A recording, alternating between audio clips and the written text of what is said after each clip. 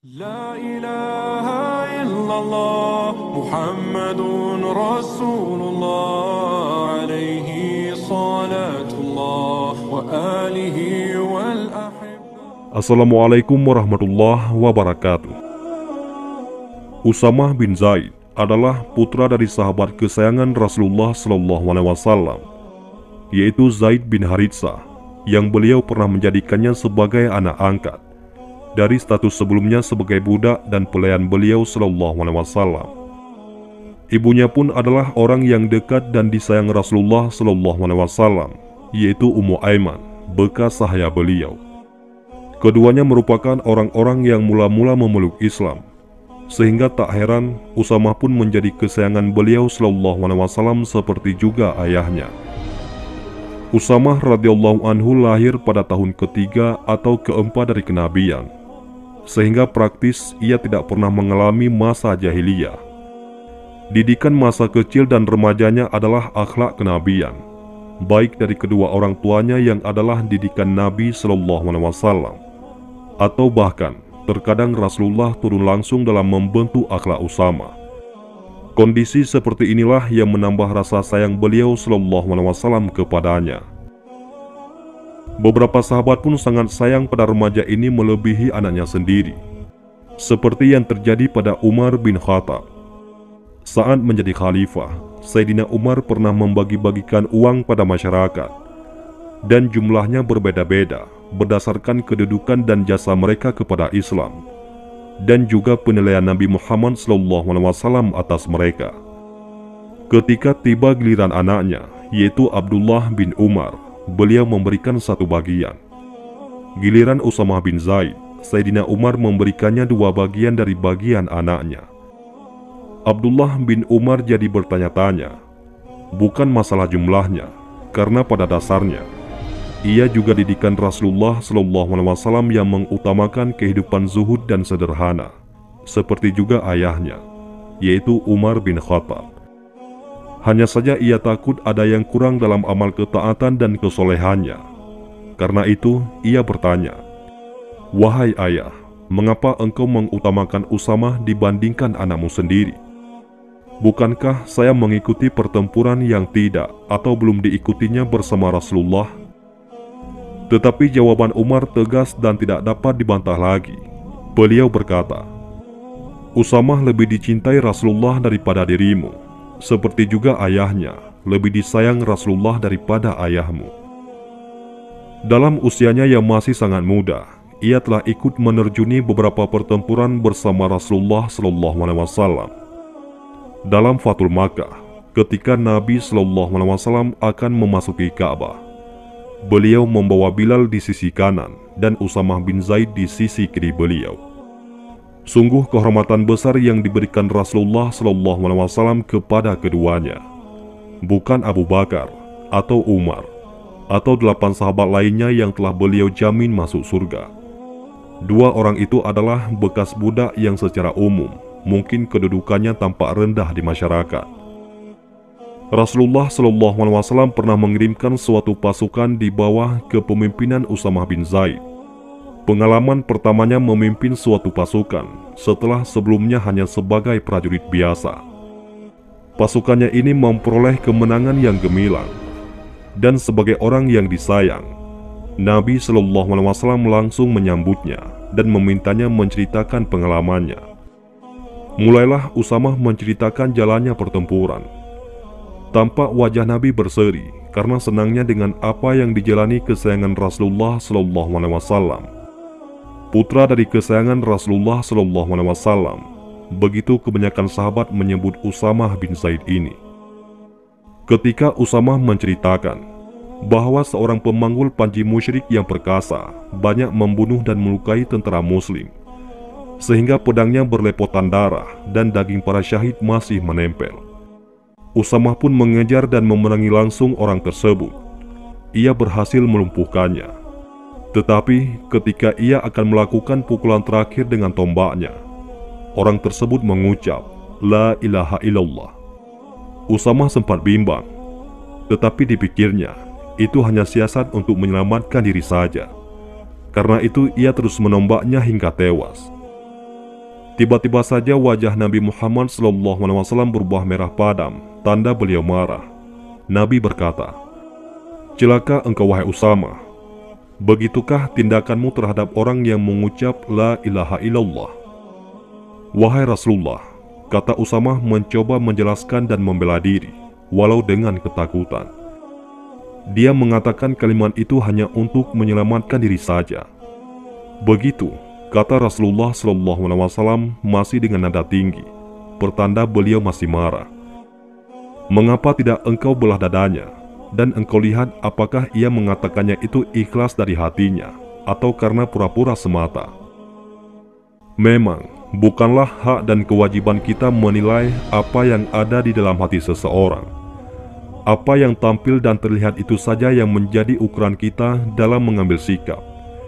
Itulah pelajaran berharga yang ingin disampaikan Nabi Muhammad SAW pada pemuda kesayangan beliau tersebut, sekaligus kepada kita semua. Atas peristiwa tersebut, Nabi SAW menyatakan Usama telah bersalah, tetapi tidak ditetapkan qisas ataupun hukum bunuh dipancung atas dirinya, karena pembunuhan yang dilakukannya tidak sengaja, hanya suatu kesalahan. Rasulullah SAW mengumpulkan harta benda untuk membayar diyat, yaitu 100 ekor unta, kepada keluarga pemanggul panji musyrik yang mengucap la ilaha illallah tersebut. Usama sendiri tak henti-hentinya bertobat dan menyesali kelancangannya tersebut, sehingga menyebabkan Rasulullah begitu murka kepadanya. Walaupun demikian, beliau mendoakan untuk mendapat rahmat dan maghfirah Allah baginya. Tetapi setiap kali mengingat peristiwa tersebut, selalu saja ia menangis dan menyesal sambil berkata, "Ya Allah, andai saja ibuku tidak pernah melahirkan diriku."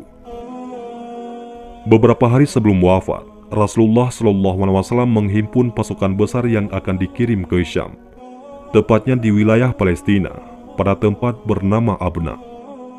Latar belakang pengiriman pasukan ini adalah terbunuhnya Farwah bin Amir al-Juzami, bekas komandan pasukan Arab yang berpihak Romawi, yang juga gubernur Ma'an karena keputusannya memeluk Islam.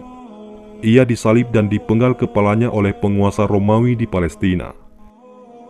Pasukan besar tersebut terdiri dari pejuang-pejuang senior dari kaum Muhajirin dan Ansar, termasuk Umar bin Khattab dan para ahlul badar lainnya.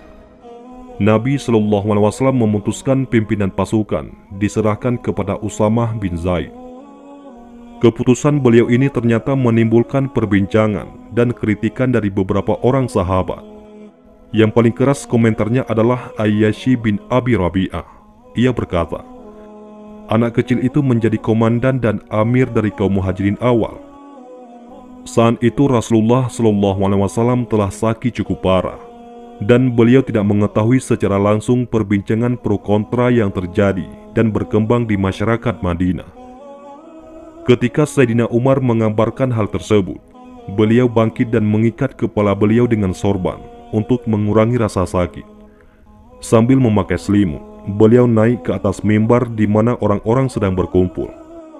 Setelah memuji Allah, beliau bersabda, "Telah kudengar sebagian dari kalian mengecam kepemimpinan Usama. Demi Allah, jika kalian mengecam dirinya, berarti kalian mengecam bapaknya. Demi Allah, sungguh ia, yaitu Zaid bin Haritsah, layak sebagai pemimpin. Dan sepeninggalan bapaknya, putranya sangat layak sebagai pemimpin. Dan sungguh, Zaid adalah orang yang sangat aku kasihi. Demikian juga Usama.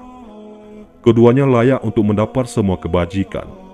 Karena itu, berwasiatlah kalian dalam kebajikan, karena ia adalah sebaik-baiknya orang di tengah kalian." Peristiwa tersebut terjadi pada hari Sabtu, tanggal 10 Rabiul Awal. Setelah khutbah beliau itu, para sahabat yang ikut dalam pasukan tersebut berpamitan kepada Nabi SAW, termasuk Umar bin Khattab. Hari Ahadnya, Usamah menemui Nabi SAW. Keadaan sakit beliau makin parah dan sempat pingsan. Setelah siuman, Usamah membungkuk dan mencium beliau sambil matanya berkaca-kaca.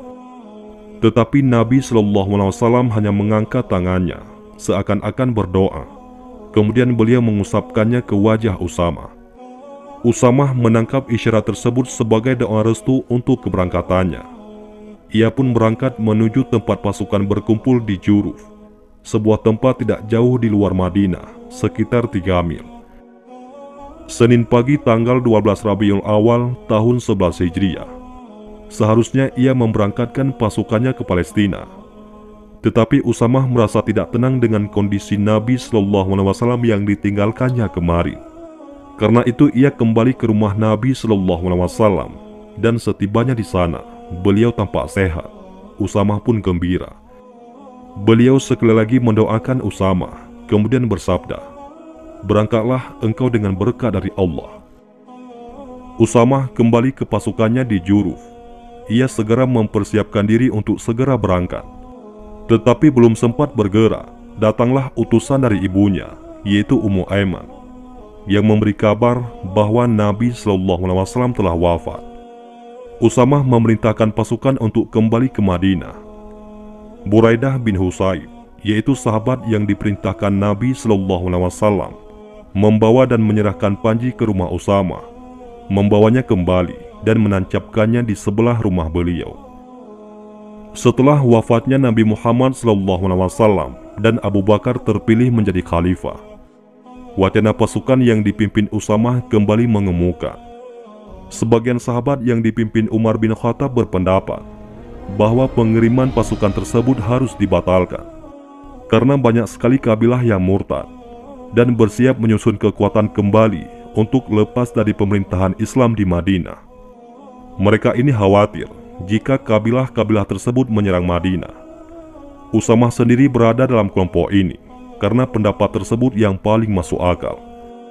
Tetapi bukan as-Siddiq namanya kalau Abu Bakar hanya menuruti pendapat yang hanya berdasar logika semata. Karena itu, beliau bersikeras mengirim pasukan tersebut sesuai perintah Rasulullah SAW. Setelah gagal mempengaruhi khalifah baru untuk membatalkan keberangkatan pasukan ke Palestina, muncullah wacana kedua, yakni penggantian pimpinan pasukan. Karena Usamah hanya seorang pemuda 20 tahunan. Di antara personal pasukan tersebut, terdapat sahabat-sahabat utama yang ikut terjun dalam pertempuran bersama Nabi SAW di dalam Perang Badar, Uhud, dan peperangan lainnya yang cukup terkenal kepahlawanannya. Misalnya saja Sa'ad bin Abi Waqqas, Abu Ubaidah bin Jarrah, Zubair bin Awam, Talhah bin Ubaidillah, dan lain-lainnya, termasuk Umar sendiri. Mereka itu yang lebih pantas menjadi komandannya. Dan kali ini reaksi Abu Bakar cukup keras. "Celakalah kalian, pantaskah saya memecat seseorang sebagai komandan pasukan, yakni Usamah bin Zaid, padahal Rasulullah sendiri yang telah mengangkatnya?" Dengan reaksi yang begitu keras dan tegas ini, para sahabat tidak ada lagi yang berani mengemukakan pendapat. Abu Bakar yang biasanya mereka kenal lemah lembut dan gampang menangis, tiba-tiba menjadi begitu keras dan tegas. Tetapi sikap seperti itulah yang memang diperlukan di saat kondisi kaum muslimin sedang labil karena wafatnya Rasulullah SAW. Abu Bakar radhiyallahu anhu berkata, "Berangkatkanlah pasukan Usamah.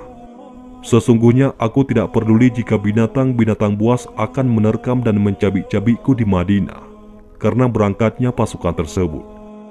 Sesungguhnya telah turun wahyu kepada Rasulullah SAW. Berangkatkan pasukan Usamah, dan aku tidak akan mengubah keputusan beliau SAW. Hanya saja aku meminta kepada Usamah agar mengizinkan Umar tinggal di Madinah, karena aku memerlukan buah pikirannya untuk membantuku di sini. Tetapi jika Usamah tidak mengizinkan, aku tidak akan memaksakannya lagi." Tentu saja dengan senang hati Usamah mengizinkan, atau lebih tepatnya, memenuhi permintaan Abu Bakar radhiyallahu anhu tersebut, agar Sayyidina Umar tetap tinggal di Madinah. Pasukan Usamah kembali bergerak ke arah Juruf, tempat di mana Rasulullah SAW telah menetapkan untuk berkumpul. Abu Bakar radhiyallahu anhu mengiring keberangkatan pasukan dengan berjalan kaki dan menuntun tunggangan Usamah. Sedang tunggangan Abu Bakar dituntun oleh Abdurrahman bin Auf. Abu Bakar juga sempat berkata, siapapun mereka yang pernah ditunjuk Rasulullah untuk berangkat bersama Usamah, janganlah sampai tertinggal. Demi Allah, tidaklah didatangkan kepadaku orang yang tertinggal tersebut, kecuali aku akan memerintahkan dirinya menyusul Usamah dengan berjalan kaki ataupun merangkak. Usamah merasa tidak enak dengan Abu Bakar yang berjalan kaki, apalagi menuntun tunggangannya layaknya seorang budak atau penunjuk jalan saja. Ia berkata, "Wahai Khalifah Rasulullah, naiklah tungganganmu, atau aku akan turun saja berjalan kaki bersamamu." "Jangan," kata Abu Bakar, "tetaplah engkau di tungganganmu. Aku ingin kakiku berdebu di jalan Allah." Karena menurut Rasulullah SAW, untuk setiap langkah di jalan Allah itu akan dituliskan 700 kebaikan, dinaikkan 700 derajat, dan akan dihapuskan 700 kesalahan. Usamah membawa pasukannya menyusuri kabilah demi kabilah, baik yang tetap memeluk Islam atau yang ragu-ragu dan bersiap-siap untuk murtad. Rombongan besar pasukan Usamah ini ternyata memunculkan logika tersendiri pada mereka, sehingga mereka berteguh memeluk Islam. Sebelumnya mereka mengira dengan wafatnya Rasulullah SAW, Madinah akan menjadi lemah dan tak mampu lagi memerangi musuh-musuhnya. Tetapi melihat besarnya pasukan yang dikirim ke perbatasan Romawi di Abna, Palestina, mereka berpikir, pasukan yang mempertahankan Madinah tentunya akan lebih besar lagi. Apalagi, ternyata Abu Bakar radhiyallahu anhu juga mengirim beberapa pasukan dari personal yang tertinggal di Madinah untuk memerangi kabilah-kabilah yang murtad dan yang menolak membayar zakat. Kedatangan pasukan Usamah ternyata mengejutkan pasukan Romawi di Palestina yang telah mengeksekusi Farwah bin Amir al-Juzami. Mereka sama sekali tidak menyangka kedatangan pasukan sebesar itu setelah wafatnya Rasulullah SAW. Mereka telah begitu mengenal bagaimana sikap heroik dan semangat tempur pasukan muslimin, dan tidak mau berisiko menghadapi pasukan muslimin pimpinan Usamah. Karena itu, mereka memilih melarikan diri dan meninggalkan barang ghanimah yang banyak bagi pasukan Usamah radhiyallahu anhu. Kemenangan pasukan Usamah memberikan dukungan psikologis yang positif terhadap kelangsungan Islam ketika Rasulullah SAW wafat. Mungkin beliau SAW telah menerima isyarat bagaimana suasana masyarakat Islam ketika beliau wafat dan kekecewaan yang akan terjadi. Karena itu, tampak sekali beliau SAW memaksakan untuk membentuk dan mengirim pasukan Usamah, walau saat itu keadaan beliau SAW sakit parah. Dan terbukti kemudian nubuah ini, bahwa perintah beliau SAW memberikan manfaat besar bagi umat Islam di masa kritis pergantian pimpinan pemerintahan Islam ke Khalifah Abu Bakar. Karena pengalamannya mendapat celaan Rasulullah SAW, Usamah jadi sangat berhati-hati dalam urusan jiwa manusia. Ketika terjadi pertikaian antara Ali bin Abi Thalib dan Muawiyah, ia mengurung diri di rumahnya. Sebenarnya, ia mengetahui kalau Sayyidina Ali dalam jalan kebenaran, tetapi ia memilih untuk tidak berpihak kepada keduanya. Ia mengirim surat kepada Ali yang ia ikut membaiatnya sebagai khalifah. "Demi Allah, wahai Amirul Mukminin, seandainya Anda meminta saya untuk menemani Anda memasuki kandang harimau, saya pasti akan melakukannya. Tetapi sekali-kali saya tidak akan menyentuh kulit seorang muslim dengan ujung pedang saya." Ketika beberapa sahabat yang memihak Sayyidina Ali juga berusaha untuk mengubah pendiriannya, Usamah berkata tegas, "Saya tidak akan pernah memerangi orang-orang yang mengucapkan La ilaha illallah selama-lamanya." Salah satu dari mereka sempat mendebatnya, "Bukankah Allah telah berfirman, dan perangilah mereka hingga tidak ada lagi fitnah, dan agama seluruhnya adalah milik Allah?" Usamah pun menjawab, "Ayat itu ditujukan untuk memerangi orang-orang musyrik, dan kita telah memerangi mereka hingga fitnah telah lenyap dan agama seluruhnya menjadi milik Allah." Bagaimana tidak, dalam suatu pertempuran melawan kaum musyrikin, di mana berlaku hukum membunuh atau dibunuh. Ia telah ditegur dengan keras oleh Rasulullah SAW karena membunuh seorang kafir yang membaca La ilaha illallah, yang menurut pemahaman atau ijtihadnya hanyalah untuk menyelamatkan diri saja. Sangat mungkin terjadi si kafir itu akan balik membunuhnya jika ia melepaskannya saat itu, apalagi pedangnya pun masih terhunus. Tetapi itu pun bukan alasan yang bisa diterima Rasulullah SAW. Bagaimana lagi ia akan mempertanggungjawabkan kepada Nabi SAW jika ia membunuh seseorang yang jelas-jelas beriman kepada Allah dan Rasul-Nya. Jelas-jelas orang yang beragama Islam dan menjalankan sholat seperti dirinya dan kaum muslimin lainnya. Seorang sahabat lainnya memang pernah bertanya kepada Rasulullah SAW atas suatu peristiwa dalam pertempuran yang lebih kurang sama dengan peristiwa Usamah tersebut.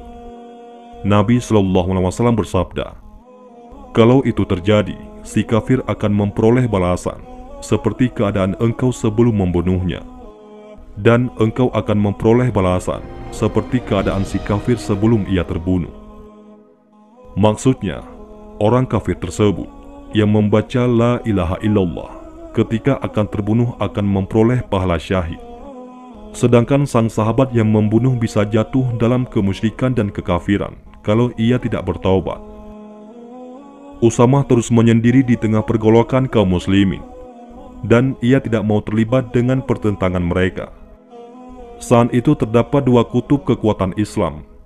Muawiyah yang menjabat sebagai khalifah berkedudukan di Syam, sedang kelompok oposisi yang merasa keturunan Ali bin Abi Thalib lebih berhak atas jabatan khalifah bermarkas di Kufah, Irak, tetapi tanpa pimpinan atau khalifah yang jelas.